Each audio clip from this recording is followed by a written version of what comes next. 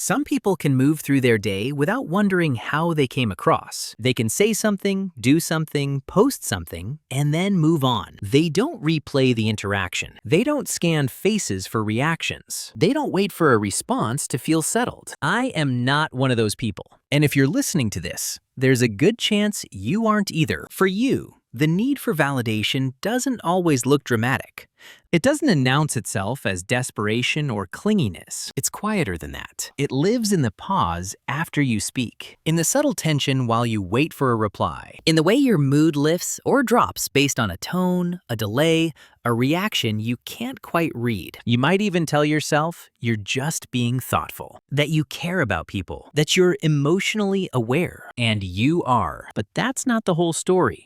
This isn't about being needy. It isn't about being insecure. It isn't about lacking confidence or self-worth in the way people casually label it. What you're dealing with is more specific than that, and more understandable. At its core, the need for validation isn't about wanting praise. It's about needing confirmation that you still matter, that you're still wanted, that nothing has quietly shifted without you noticing. The deeper fear underneath validation seeking isn't ego, it's abandonment, it's rejection, it's invisibility. It's the quiet possibility that you could be overlooked, replaced, or emotionally left behind without warning. That fear doesn't shout, it hums.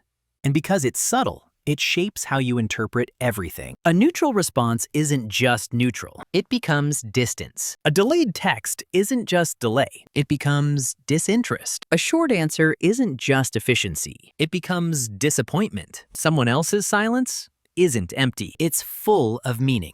Your mind doesn't ask, what's going on for them? It asks, what did I do? What did that say about me? Am I still okay here? So you look for reassurance, not always directly, but strategically. You adjust your tone. You soften your needs. You become more agreeable, more attentive, more available. You give before you're asked. You anticipate reactions before they happen. Not because you're manipulative, but because you're vigilant. Psychology often calls this an external validation orientation, the tendency to regulate your sense of worth through other people's responses. In plain language, it means your nervous system learned to look outward for safety cues. That learning didn't happen randomly, and it didn't require trauma in the dramatic sense. Sometimes it came from inconsistency, affection that fluctuated, attention that felt conditional, praise that arrived only when you performed well, behaved well, stayed easy. Sometimes it came from environments where emotional needs weren't named, where love existed, but reassurance didn't, where you had to infer how things were going instead of being told. No one had to say, earn your place. You absorbed it. Your system learned a rule. Stability isn't guaranteed. Connection can shift. So monitor it. That's not a personality flaw. That's adaptation. From a nervous system perspective,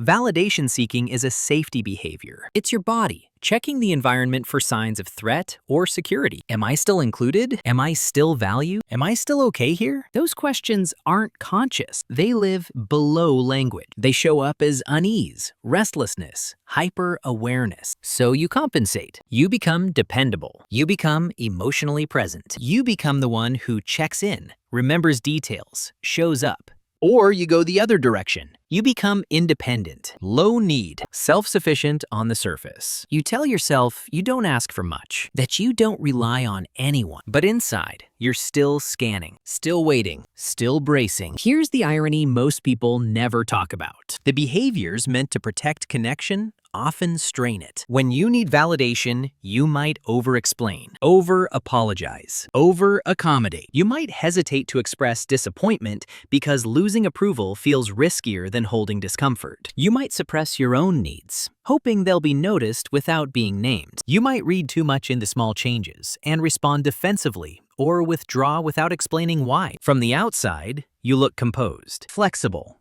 easy to be around. Inside, you're working constantly. The emotional cost isn't explosive, it's cumulative. It's the tension that never fully leaves your body, the relief that only lasts as long as the reassurance does. The way calm feels conditional, dependent on feedback, tone, timing. You don't fully rest in relationships. You manage them. Joy gets interrupted by checking. Presence gets interrupted by interpretation. Even good moments carry an undercurrent of monitoring. And that's exhausting. Another layer that often goes unnoticed is how validation seeking can disguise itself as strength. You tell yourself you're emotionally intelligent, that you're self-aware, that you're responsible with your feelings. Sometimes that's true. Sometimes it's fear in a polished form. If you stay attentive, you won't be blindsided. If you stay agreeable, you won't be rejected. If you don't need too much, you won't be too much. It feels like maturity. It feels like control. But control isn't the same as safety, because your sense of worth becomes reactive. It rises and falls based on signals you don't fully control. And the more you depend on those signals, the more fragile your inner stability feels. You might start turning the frustration inward. Why do I need this so much? Why can't I just feel secure? Why does reassurance wear off so quickly? And the answer isn't that something is wrong with you. You're not broken. You're not weak. You're not emotionally immature. You adapted to a world where connection didn't always feel steady, where emotional clarity wasn't guaranteed, where being attuned meant being safe. That adaptation gave you real strengths. You're perceptive. You notice shifts others miss. You're deeply loyal. You care about impact, not just intention. You have emotional range. You can read rooms. You can hold complexity.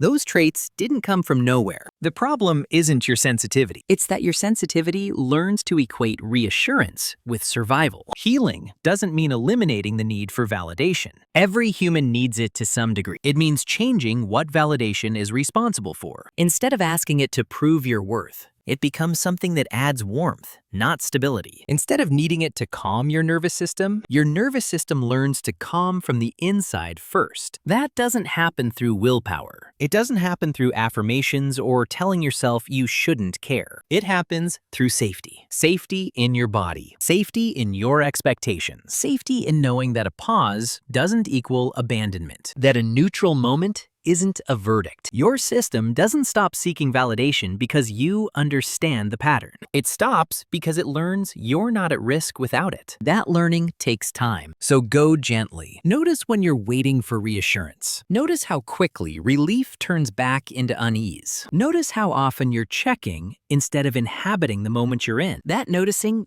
isn't failure, it's awareness. And awareness is the beginning of choice. You don't have to shame yourself out of needing validation. You don't have to become detached or indifferent. You don't have to harden. You just have to stop confusing reassurance with worth. If this resonates more deeply than you expected, you're not alone. There are many people quietly carrying this pattern, functioning well on the outside, working hard on the inside. And if you want more reflections like this, calm, honest explorations of the patterns shaping how you relate to yourself and others, you're welcome to stay. Understanding yourself isn't indulgent. It's how you begin to feel safe without constantly checking if you're allowed to exist where you are.